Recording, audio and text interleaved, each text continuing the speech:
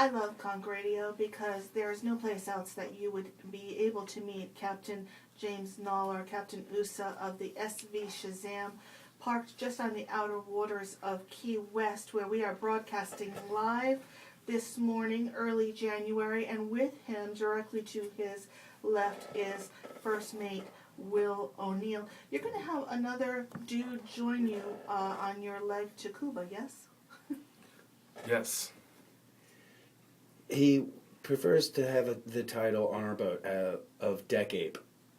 Deck Ape Kenfield is our newest member. But I have chosen as captain to call him Spock. Excellent. And Spock, First Mate Will, and Captain USA can be seen on 7seasdream.com. I am Shauna Lee Lang. Will, tell me about your decision point. Here you are, walking the streets, doing your thing. Life's not going the way you thought. Big midlife crisis. Here we've got two young guys just under 40. And what made you say yes to sailing 7 seas?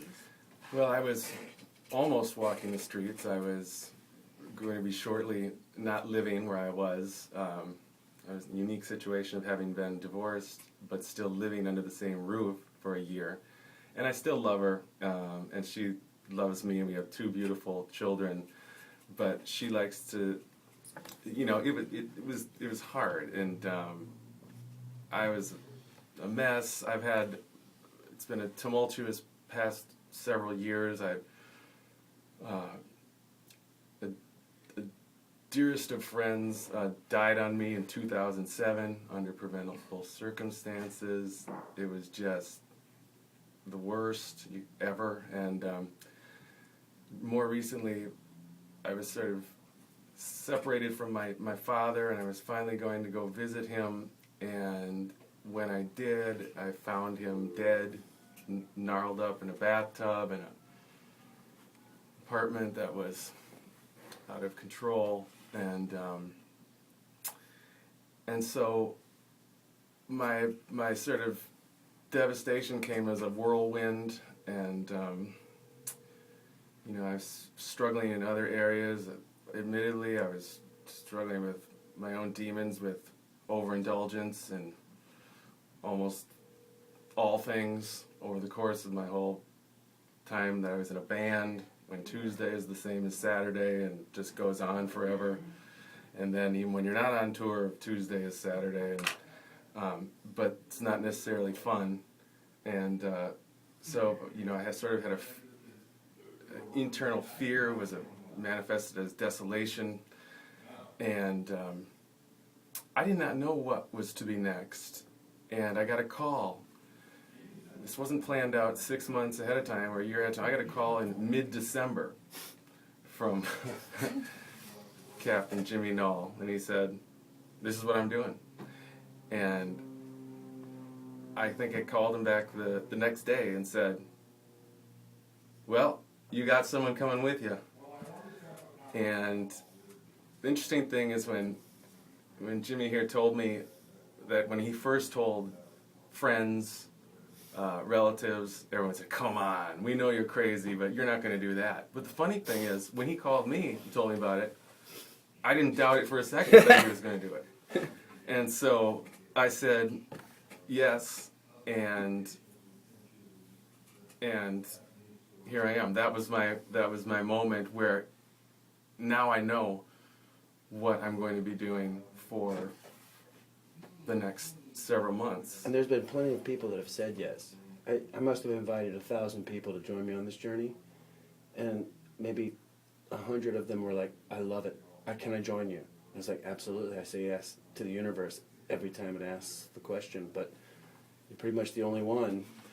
Besides the 1,000th one, he asked. Besides, and I said yes. But there's also a 4th member of the crew. We have First Mate Willie O'Neill. We have Spock, and we also have Rupert, an ambassador of peace. We have diplomatic immunity. We have an ostrich on board from the gallery Art Gone Wild. Art Gone Wild, the famous, the ambassador of peace, Rupert the ostrich, will be joining us on our journey. He actually has an appointment with Fidel, and yes, I think because we have Rupert the ostrich on board, the creation of the famous artist D. Arthur, Wilson. that we have nothing to worry about. Yes. Not at all. And actually, I have some good news for you both. I don't know if it's good or bad news, but my friend Joy from Santa Cruz is on her way from Santa Cruz, California, and she is going to be joining you on this vessel as well. Yeah! Or so she said. Let's talk about what it's like to Can she handle not having a bathroom on She board? can do anything. Let's talk a little bit about what it's like to be on this vessel. No bathroom on board, sleeping out in the middle of a thunderstorm, sailing with the dolphins. What's it like to sail in the great wild blue yonder? Well, my first night experience sailing was perhaps the most harrowing, terrifying experience that I've ever had, and all those naysayers and doom predictors. I thought, my goodness, they might be right. We head off in a small craft advisory, and shortly the seas were going wild. We did lose control of the boat. And It was my first time that I crossed the line with my boat, and I needed to cross it. It's something every sailor must do, is know the limit of their boat. And that night was the night I accidentally chose to see the limit of my boat. And maybe that was a perfect way to begin, because You bought this boat used off of Craigslist on December 17th. We're now on January something. You've had the boat less than 45 days. What do you mean? You pushed the boat to its limit. You've had the ship 45 days or less. Well, I think it's natural for any sailor or skipper or captain to understand their boat, to know it, to be one with it. And in order to be one with your boat, you have to know its limits. And my first mate's first night on board happened to be the night when I tested that limit. I didn't mean to. It just happened that the wind and the amount of sail I had up was the night to turn the boat sideways on heavy seas. And of course, part of it, if the same thing happened again now, I think I would handle it, with a little less terror. But there are other circumstances that made it really scary. I know that we were tipped at a ridiculous angle on the side, and the thing I was most worried about, even though he's eminently capable, is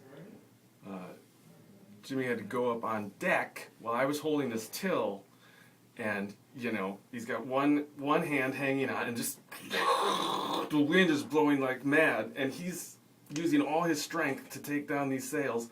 Meanwhile, I'm thinking, this is like my first time holding this till. What if I move this thing the wrong way? He's going to be tossed off into the deep, dark ocean, and the storm came so quick. And we're going to correct this because safety is important. But at the time, we didn't have on life jackets, and so we learned lots of lessons the first night. And then the rest of the night, the boat rocked like wild. There was some water coming up through the floor, but not a ton. But so it was a really trial by fire or trial by water the first night.